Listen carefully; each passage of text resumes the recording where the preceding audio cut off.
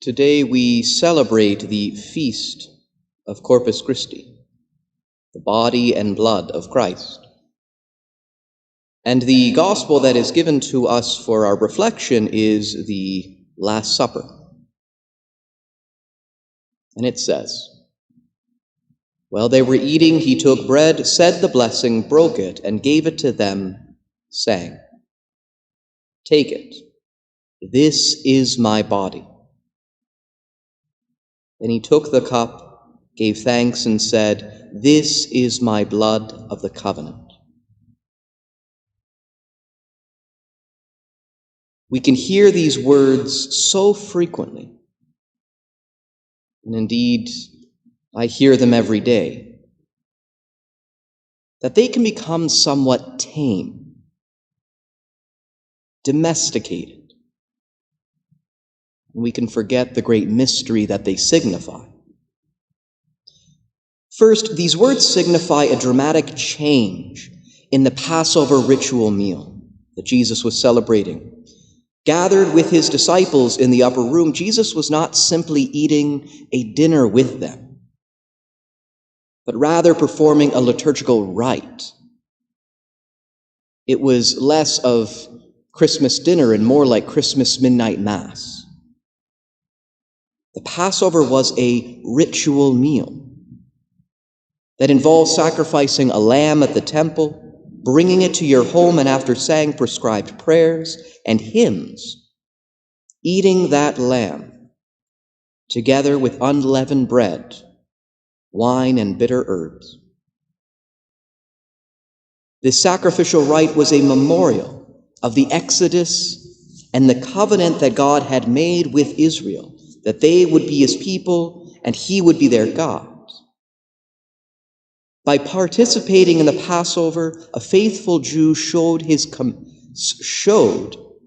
commitment to God and to follow his law. So when Jesus decided that he was going to add words to this liturgical rite, a faithful Hebrew had every right, even probably a duty, to stand up and say, "You're doing it wrong. You've made a mistake. You're changing something that is very sacred." And the apostles probably would have done that had they not believed that the one who is leading them is more than just an average Hebrew. He was the divine Son of God.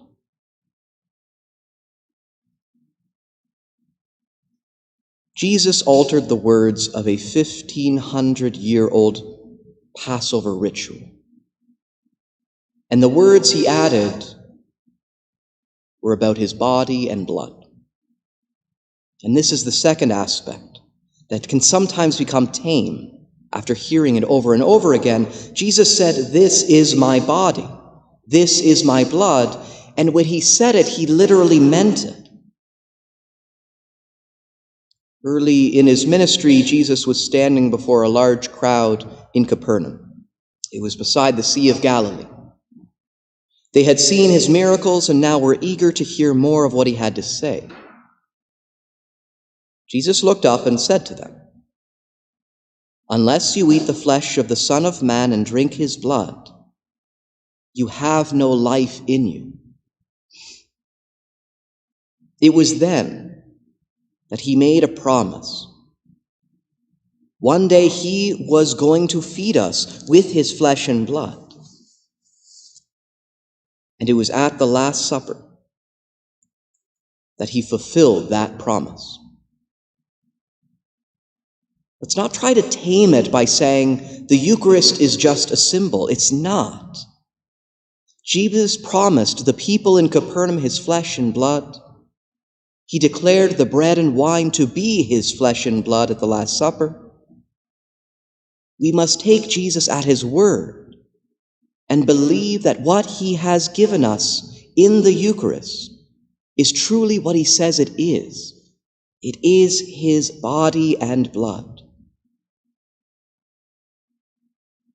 And finally, Jesus' actions in the Last Supper They establish a new covenant. Now, I know this doesn't sound very exciting, but hear me out. Our first reading was from Exodus, and it recounted the day God made a covenant with Israel after he had freed them from Egypt. Moses, speaking on behalf of God, reads all the words of God's law to Israel, and then Israel responds, "All that the Lord has spoken, we will do." The commitment of Israel forever put them in a relationship with God. They would be his people forever. However, just by saying those words, it didn't make the covenant complete. To seal the covenant, an altar was built, oxen were sacrificed, and then the blood of that sacrifice was sprinkled on the people. The blood sealed the covenant, like we seal a contract with our signature. And it was not valid until that moment. Well, it was at the Last Supper that the new covenant was altered. It would be open to anyone who wanted to join it, not just the nation of Israel. The terms of the covenant were that anyone who joins it must die to themselves, only to have Christ live within them. And the blood that sealed the new covenant was not the blood of oxen or any animal sacrifice, but the blood of Jesus Christ himself. Jesus shed his blood on the cross, and he offered it to his disciples at the Last Supper. It was an invitation, a covenant, a new relationship with him and his Father.